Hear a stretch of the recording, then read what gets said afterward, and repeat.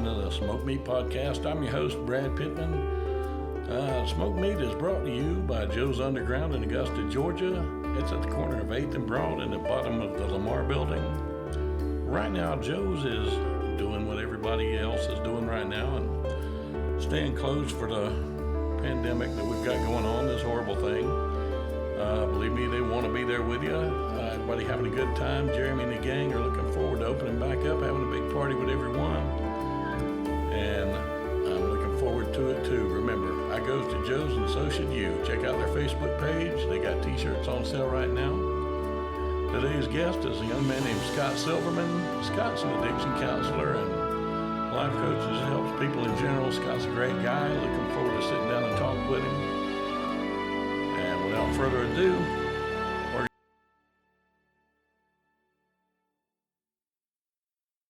hey, how you doing today, Scott? I'm great, Brad.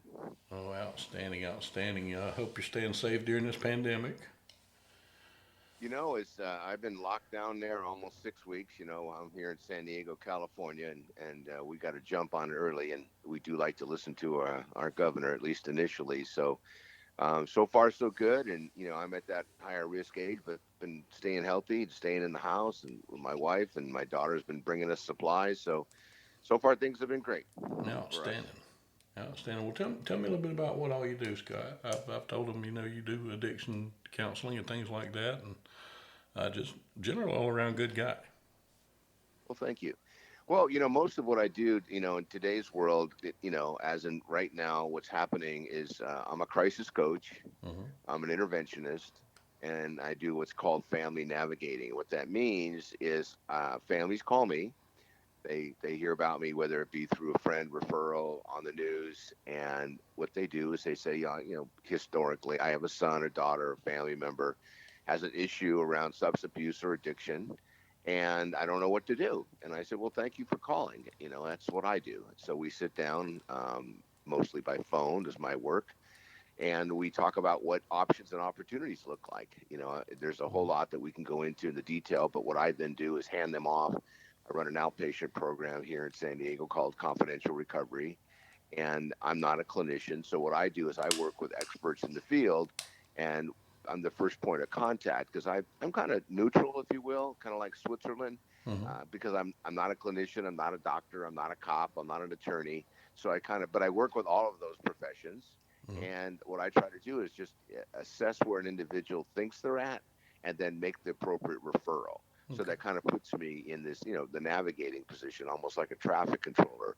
People are coming in, they don't know where to go. There's too much fog, they don't understand. The behavior shifted. And, most families don't know what to do when it, comes to somebody who's suffering from, I call it the disease of addiction. So that's what I do. I'm the navigator, and I love doing that. And I, wake up every day trying to figure out a way to help save a life if I can. Okay, outstanding. Yeah, I mean, and the thing is, people just think if you have somebody that is having a problem with an addiction that, you automatically know what to do. I mean, that's uncharted ground for just about everybody, I unfortunately grew up, I had a brother and sister who had problems with it, and, we just kind of, it was the 70s, that was not really a help-rich environment at the time. So we just kind of had to play everything by ear, and it was really bumpy. But now, thanks to resources like you, and the people you can get in touch with, that it helps families a lot now, and things can get a lot better. And you're right. It's a fascinating. It's a skill set that nobody has. The average parent, in the book of of life, there isn't a handbook for this. It's very, very unusual. And then every situation's a little bit different, even though there's some commonalities. But I'm a parent of two kids. No one ever gave me this skill unless you've got a member in your family who's actually gone through this, and a lot of us have. And I was that member in my family. Mm-hmm. Nobody has these skill sets. And the reason I think I'm better today at what I do is because I've been doing it now for so long, and just have over 35 years of continuous sobriety, and through my own personal recovery, I've learned to figure out, I like to say, what doesn't work. So as a resource, what I try to do with families is let them understand as quickly as possible that it's okay. This is not your fault. This is a disease of addiction. And if we were talking about diabetes, there would be no question. There isn't stigma around diabetes. So you get the highest and best potential level of care you can get to a family, and then have the family themselves start to work on their own recovery, because it is a family disease. And unless an individual really knows what to do, you really have to reach out. It's not one of those kind of things, you have a problem with your car, you can go onto YouTube and you can find 500,000 videos. I mean, there is a ton of information on the internet about substance abuse, about addictions, self medication, counterfeit medication, vaping, the dark web, different modalities of how to get support and help. But navigating that, unless you've had some experience with it, really is complicated, and it can be confusing.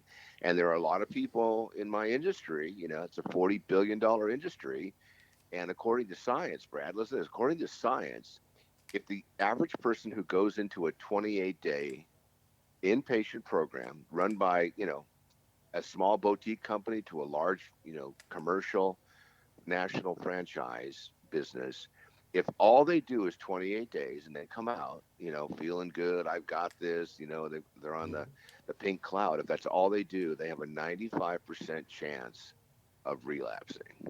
Can you imagine an industry? Could you imagine your industry if you had a 95% failure rate? You wouldn't have a job. Yeah, not even close. And this is like I say, it's a huge money. And it's. I think it's because a lot of times, people don't get that education and understand. Okay, this is the band aid, but now we got to heal this wound. Well, absolutely. And the thing is, it's not, unfortunately, it's not as simple as just a wound, because so much of it is just, it's abstract. You can't see it. Yeah. Behavioral health, depression, anxiety, untreated trauma, PTSD, all of those things. It's not like when you get a sunburn, it's real clear what happened. You get a toothache, it's real clear what happened. Yeah. But when it comes to the things I've just outlined there, it's not easy, and it's very difficult when it's that opaque that you can't really see it, and you really don't understand it. And when you can't sleep, or you can't eat, or you're walking around, upset about something, but you don't know what to do, the how do I fix this, or how do I get help, or how do I move away from where I was to get to something else, not knowing what that path looks like. There's not an easy GPS for it. It's not an easy thing to navigate. Okay. That's why I like this new handle I'm using now, Family Navigator, because that's really what I love. And it's I'm finding it really helpful for families, especially those who have no idea what to do, who have never experienced this before, or there's someone in the family, and I'm sure you've heard this, I'm sure your listeners have, someone says, well, wait a minute, if you don't pick up that drink, you won't have a drinking problem. The problem is, for the person who has a drinking problem, it's not a matter of a choice.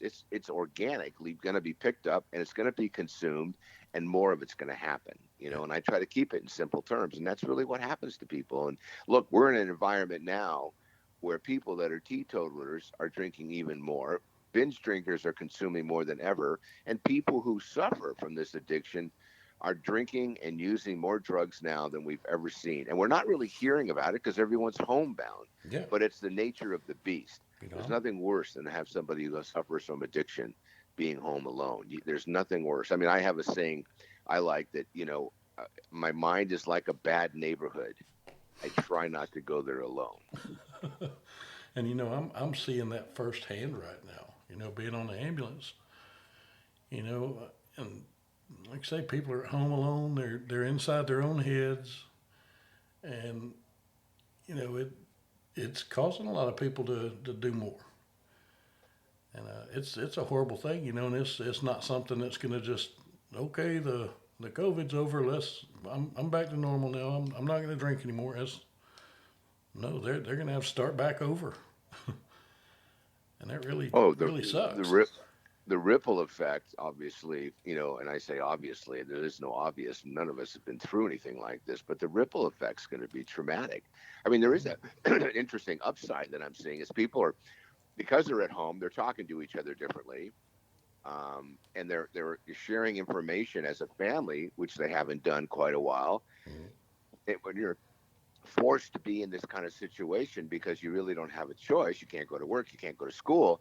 Hopefully, people are making the best of it. Hopefully, people are taking advantage of it, and because we're going to need each other more going forward than ever before, because the loss of income, the economic change that we're going through, the emotional adjustments we're going to have to make, the psyche around what's happened to us and how vulnerable we've all become with this. And it's not just you and me, it's every zip code, every city, county, district, territory, state, and country, and the globe. And I don't think we've ever had anything. I don't know. I don't think there's ever been anything quite like this Yeah. that we've ever seen that's impacted us. And we don't even know 3, 4, 5, 6, 8 months from now. And the president says it's going to be great, and I hope he's right. But at the end of the day, we didn't get here in a minute. It's going to take a little while to make some adjustments, and we're really going to need to. There's three magic words. Some of the worst words and hardest to say is "I need help." Yeah. And we're going to all have to get a little more comfortable with that and work on the stigma around getting help and helping each other. Suicide rates are up, as you probably are reading. Mhm. Domestic violence is at an all-time high. And people aren't Yep. even calling right now because they can't, because they're stuck at home with the person who's doing the battering. I Yeah. mean, I'm in Southern California. We're hearing about it all the time, but with the main headlines, it's not being discussed. And I get scared when I hear all this. And I was interviewed a couple of weeks ago, and they said, "Look, we really want you to be positive about all the negative things that are going on." And I said, "Tell me what that means." I mean, I think people need to understand it. I don't believe in shock therapy. I don't think that helps. So what I try to do is just level the playing field and say, "Look, I'm here. I'm going to give out my number if you don't mind, Brad. My number is 619-993-2738. 619-993-2738. I can be called and text anytime. And what I'm doing while this coronavirus is going on, I'm offering free 10-minute coaching. Mhm. So call me if you have a question, point you a different direction. And if you want to hire me, great. If you don't worry about it. The first part's free. It's my second favorite F word. So Mhm. I encourage people to make the phone call. And, if you don't know where to start with me, and I'll show you where you can go on the internet, what you can do in your local community, what agencies are available based on what your research will be, and how to start the conversation. Because here's the thing, there is hope, there is help, and everything you and I've shared, or I've shared this morning, it's all treatable. We should not be going to people's funeral around substance abuse and addiction, because there is treatment, there is hope, and there is help out there. Definitely is. And you mentioned PTSD and depression a while ago. Yep. And as a paramedic, I think I've shared some of my story with you where I had the two strokes and was at home for about 4 months without doing anything. And that kind of let 25 years worth of PTSD kind of bubble up to the surface and Uh-huh. manifest itself. And people just don't realize how bad it is. I've had all kind of training on it, and here's the signs. Here's what you can do for it, and nothing prepares you for it. There's nothing. I mean, I still don't know all my triggers. There's about 10 million of them, Hmm. and it's funny. God love them. I love every soldier and sailor and airman we have out there, all the Marines, everybody that's serving. I love them. God bless. If they're coming home, they can get any kind of help in the world. I got a service dog. I went and adopted a shelter pet to use as a service dog. I could not find anybody that would train my dog because I wasn't a veteran. If you were in the Boston bombing, if you were at that, all the help in the world, but a paramedic who's just had their bucket filled one drop at a time over the years until it finally overflows, it's hard to find any specialized help for that. And it's something that me and my family had to kind of work through, and we still do every day, and adjust to and learn about and figure out. And that was really really tough, but we got through it. And I wish I'd have known about you, 4 or 5 years ago. Well, and you bring up a really good point, because I use the word opaque because a lot of people may not know what I mean by that. But opaque, it's kind of like visualize an opaque window.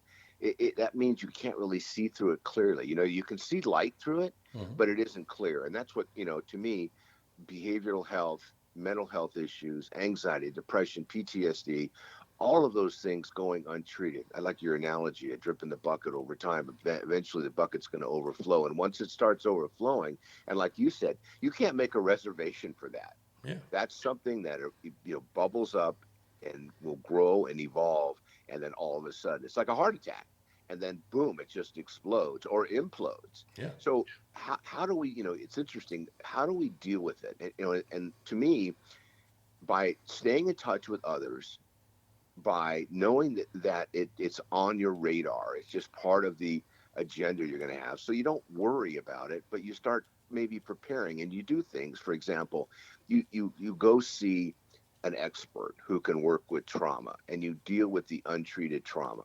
Mm-hmm. And people say, well, how do I know if I have untreated trauma? Look, if you're walking around the planet today, look, I'll personalize it for a second. I've been married for, gosh, 37 years. Mm-hmm.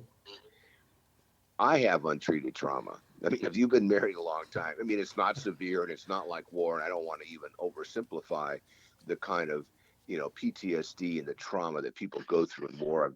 I'm not a veteran, but I'm really excited. After a year of hard work, starting in May, I'm going to be working with veterans here in San Diego with TriWest, which is the provider who provides insurance for non-active duty veterans. I used to work with veterans years ago that were coming out of jail and prison. I had a specialty, and I did really well with them because I understood what it's like to have barriers like I went through, trying to take my own life and experiencing loss and, near homelessness and financial ruin. I've gone through a lot of those things. And they say you fail frequently, you learn, how to be successful sooner. So back to the untreated trauma and the symptoms that people have, you work on things, you exercise, you eat differently, you eat better, you walk, you meditate, you practice mindfulness, and you be mindful about your own personal gut health. Mm-hmm. And I'm not an athlete. I don't like to work out. It's the only thing I'm not addicted to, which is exercise. Yeah. So it's one of those things that kind of, I'll do everything I have to do before I do it. And then my excuse is, well, too much of the day's gone by. I'm not going to burn any calories anyway. Right. So that's just kind of my thing. So what I just suggest to people is be mindful, stay and get and stay informed. Mm-hmm. Get and stay informed. And if you have things going on in your family, if your family members have suffered from depression or anxiety or diabetes or cancer, whatever it is, practice things, even if it's just 20 minutes a day that you do. I call it self-care. Practice self-care. Make you the most important person when you start your day. So when you do that, the rest of your day will hopefully kind of unveil itself in a more positive, balanced, fruitful, better feeling way. And I don't mean to preach to anybody, because at the end of the day, I don't know what I don't know. And the longer I've been in recovery, the less I feel like I know at times. But what I want to be is a resource to people. So someone that, you said it, wish you'd known me a few years ago. There aren't a lot of people that do what I do. I mean, there's clinicians, there's experts, there's faith-based leaders, there's medical professionals. There are all kinds of different clinical experts out there, but there aren't many who can connect the dots, if you will, Yeah. and help people. Ask the kind of questions when someone's, well, I think I'm doing okay. All right, well, tell me about that. Well, I've only lost 2 jobs and had 2 DUIs, and I've only been divorced twice in the last 2 years. Well, it sounds like everything's going great. Don't change a thing. What Two's I your lucky do, number. what I do is I start asking questions. Look, if you're happy, don't change anything. Yeah. But if there's something you'd like to do differently that you're not doing, tell me what that looks like, and let's talk about what it might be to get there. And I'm a firm believer, Brad. You cannot change yesterday, meaning No. euphemistic you. We can't change yesterday, but we can start to plan and work on today and plan for tomorrow.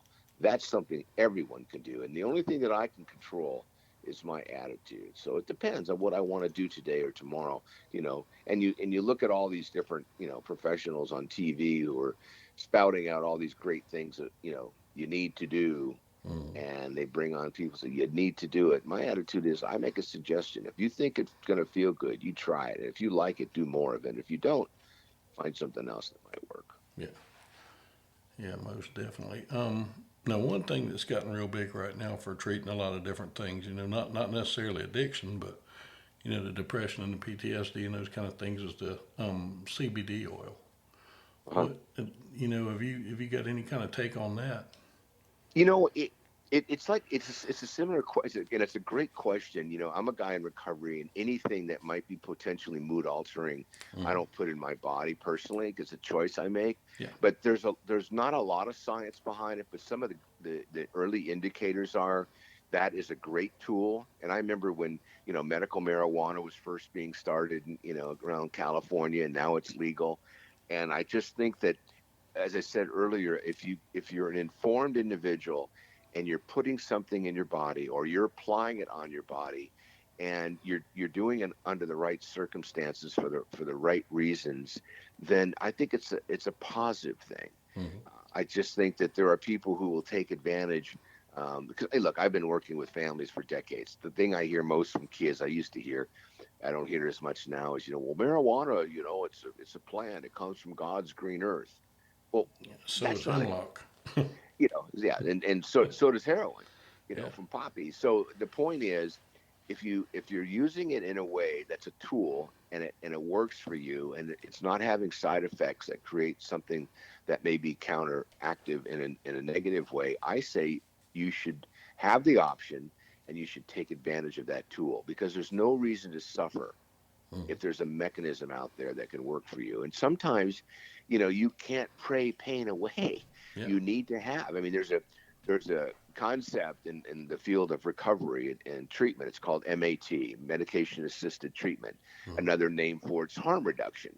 And there are a lot of treatment providers who are abstinence based, which means if you go into treatment and you're on certain medication, they won't let you into their treatment facility. They won't let you into their sober living. And Hmm. what I've learned about harm reduction is there are lots of different modalities out there today. A couple examples would be something like Vivitrol. It's an opioid blocker. There's Suboxone. There's naloxone. And there's also buprenorphine that can be used to help reverse things. And Hmm. then there's methadone itself. And methadone I call synthetic heroin, but for some people to dose up every day, if it keeps them alive and it works for their overall well-being, I'm not a big supporter, but if I think it's a tool that works for you, who am I to tell you not to? Yeah. But I believe in, always trying to work on if you're taking medication to get to an abstinence-based place.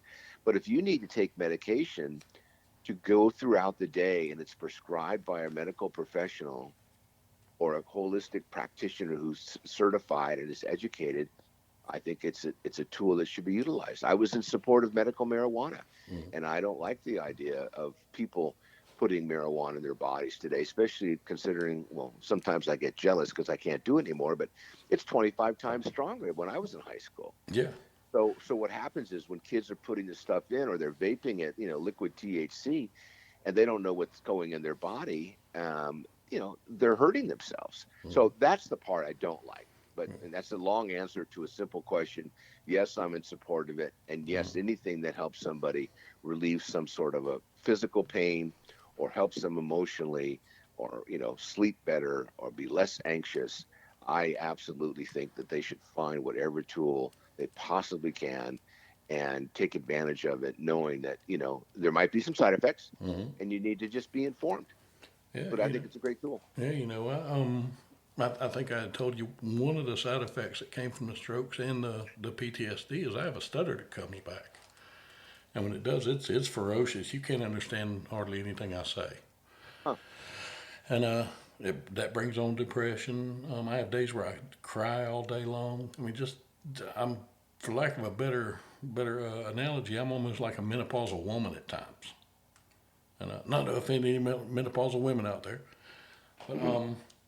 I had a day where I came home and I hadn't stuttered in a long time, and all of a sudden it came on and it was bad.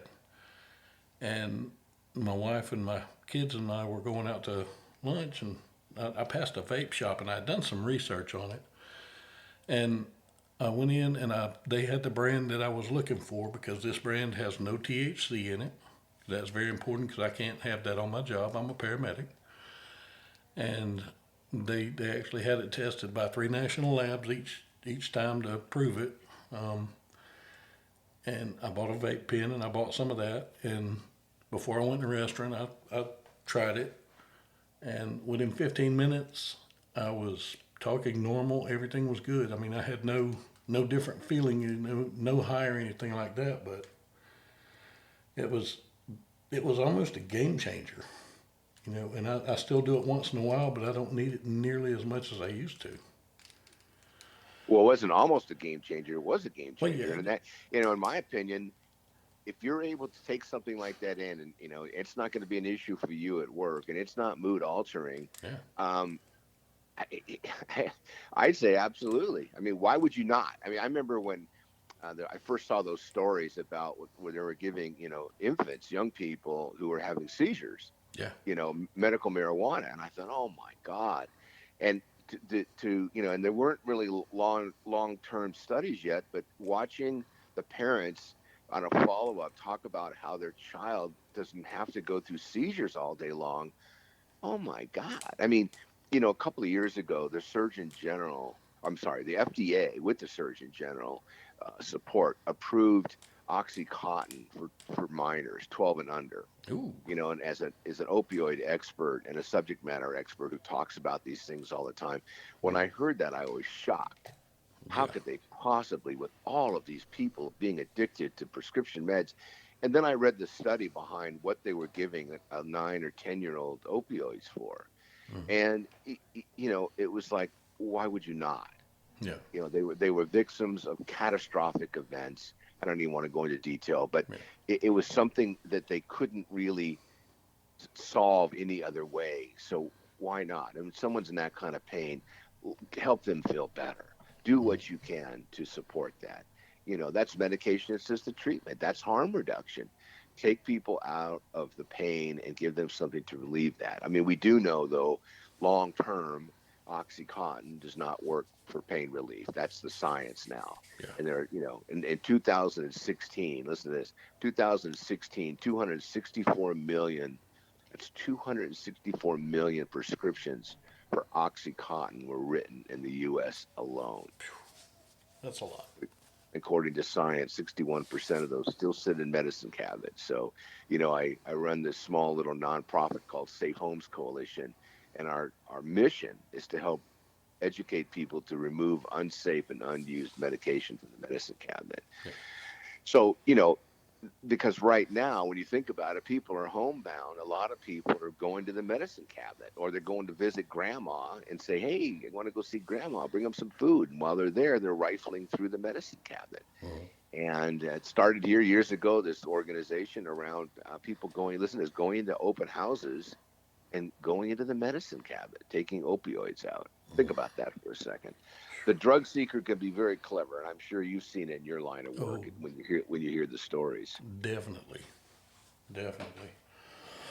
Well, Scott, I tell you, I could talk about this all day long, but I know you're kind of crunched for time today, and I understand that. You're welcome back on here anytime. You've got this number. All you got to do is call me and say, "Hey, fat boy, let's talk some more." And I'm always here because I believe this is helpful, and it's anything we can do to help people. I'm up for it. I appreciate that, man. Let me give out my number one more time so people know Definitely. where to get me. Call me at 619-993-2738, or just text me, or go to yourcrisiscoach.com and email me, and let's get a conversation started. I don't care where you are in the country or you are on the planet. You can reach me by phone. You can email me. If there's anything I can do to be a resource, I want people to take advantage of it. I dare you to reach out to me. Outstanding. That's an awesome line, by the way. And it's from the heart. That's the cool part about it. Well, all right, Scott. Well, you stay safe out there. Try not to get this virus. Keep that You family too. safe. You too, brother. Take care of yourself. All right, you too. Later. Take care. Bye.